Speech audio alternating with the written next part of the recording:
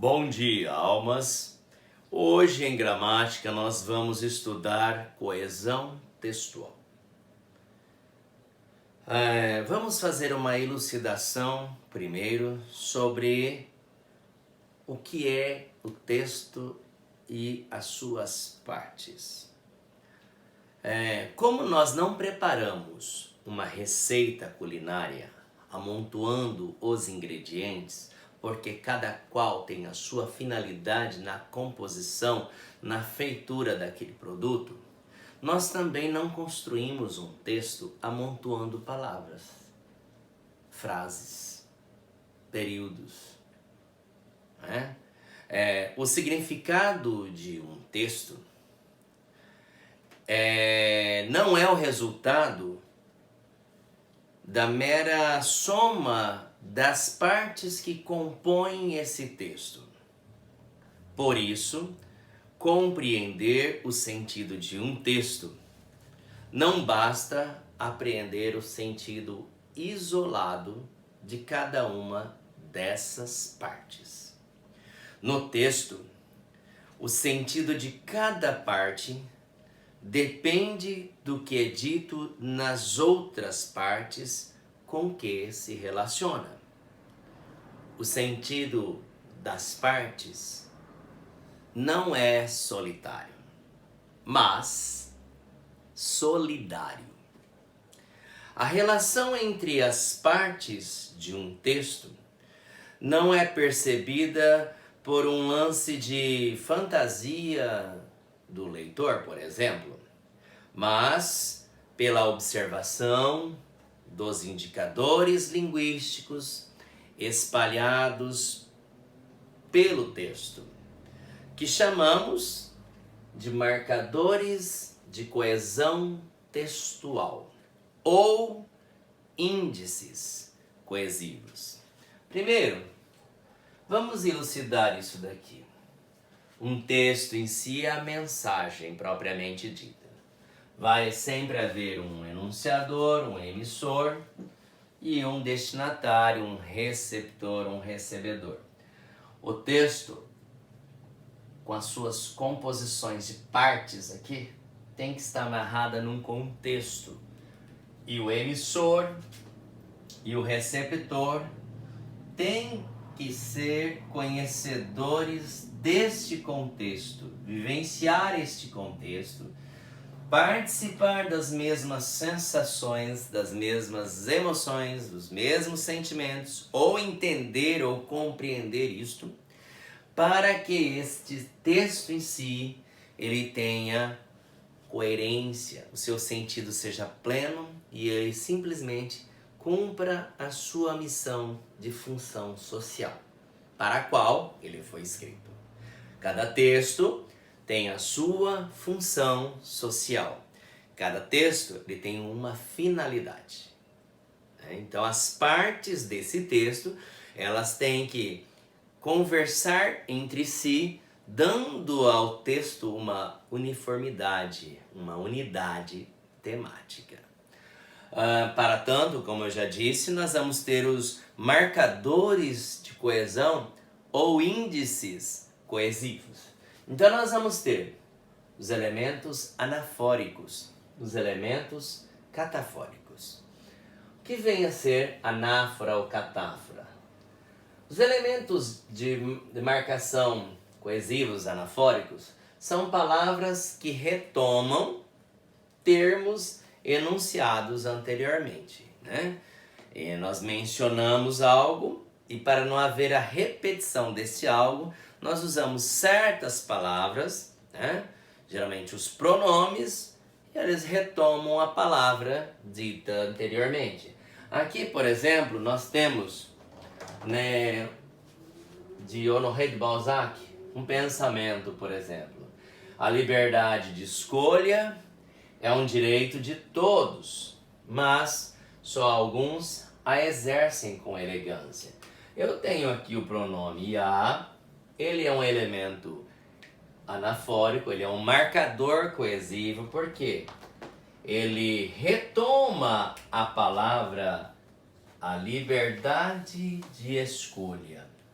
Então, ó, a liberdade de escolha é um direito de todos, mas só alguns exercem a liberdade de escolha com elegância. Então, além de substituir o termo dito anteriormente, dar uma elegância de estilo, né, nós consideramos como elemento anafórico.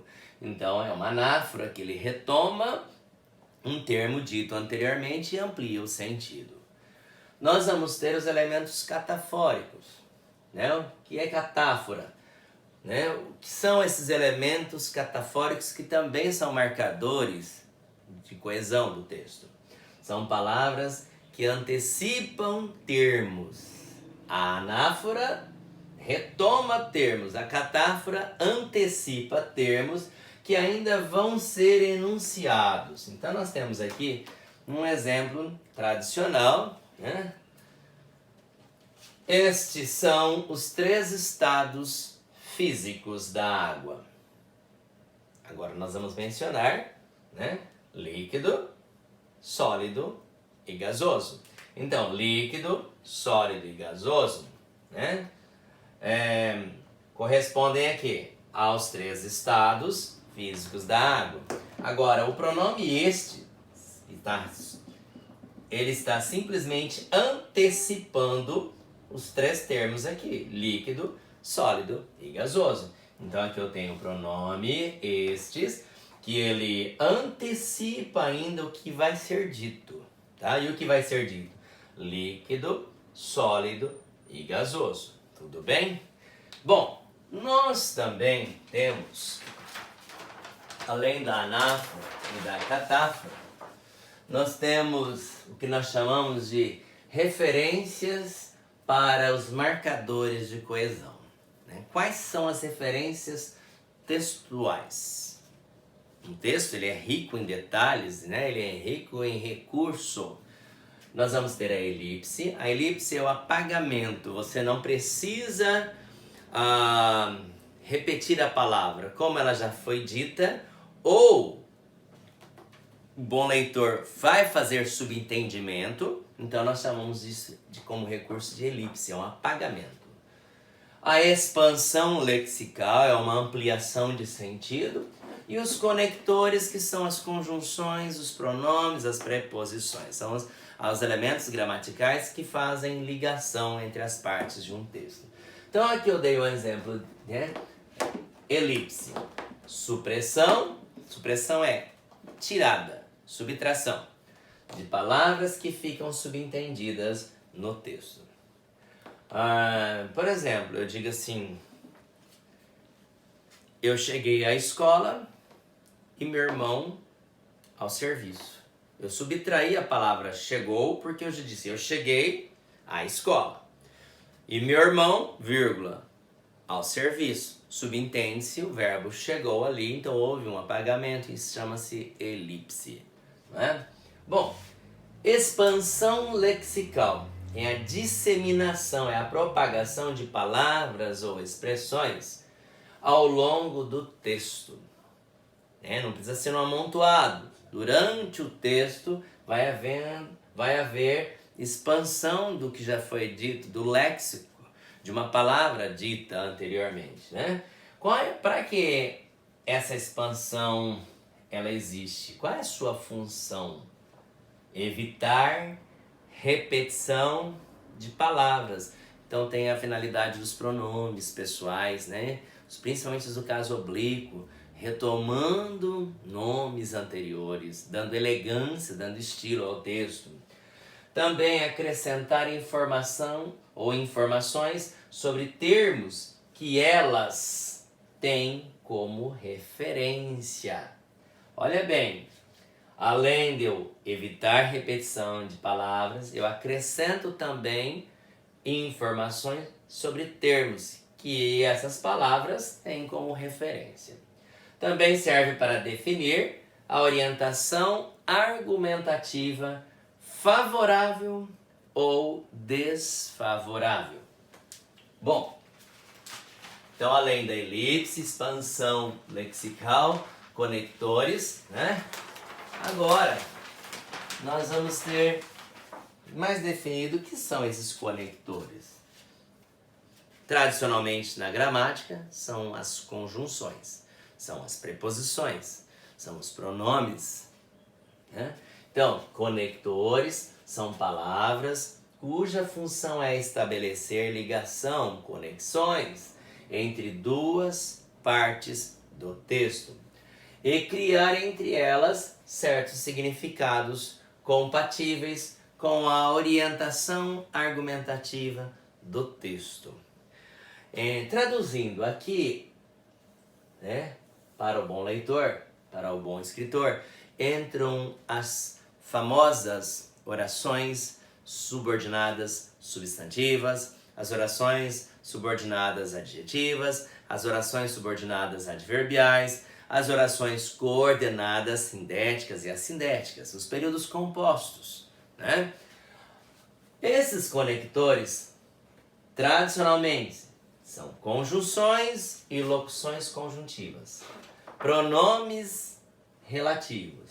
Também podem alcançar o nível de preposições, pronomes pessoais, do caso reto e do caso oblíquo de tratamento, os pronomes possessivos e os pronomes demonstrativos. Bom, é necessário que nós tenhamos o texto dentro da sua composição, dentro desse amarrio de partes, totalizando o todo, e o todo sem a parte não é todo, né? E as partes desarticuladas entre si não formam o todo que chamamos textos, né? E esse texto inserido num contexto em que tanto o enunciador quanto o enunciatário, né, dominem todos os saberes ou conheçam todas as situações pelas quais passam ou pelas quais esse texto é colocado em sociedade. Lembremos do que eu disse, um texto ele tem uma função social, né? Então ambos aqui têm que estar articulados com as sensações e emoções. Para que esse texto tenha unidade, é necessário que os elementos de conexão, de ligação, trabalhem na junção, na composição desse texto, dando sentido, evitando repetição, evitando ambiguidade, né? Ampliando o sentido, ligando uma parte à outra, dando aquela estrutura principal: introdução, desenvolvimento, conclusão, ou começo, meio e fim, em que as partes tenham sentido. Eu espero que todos tenham entendido nossa aula expositiva e bom dia a todos.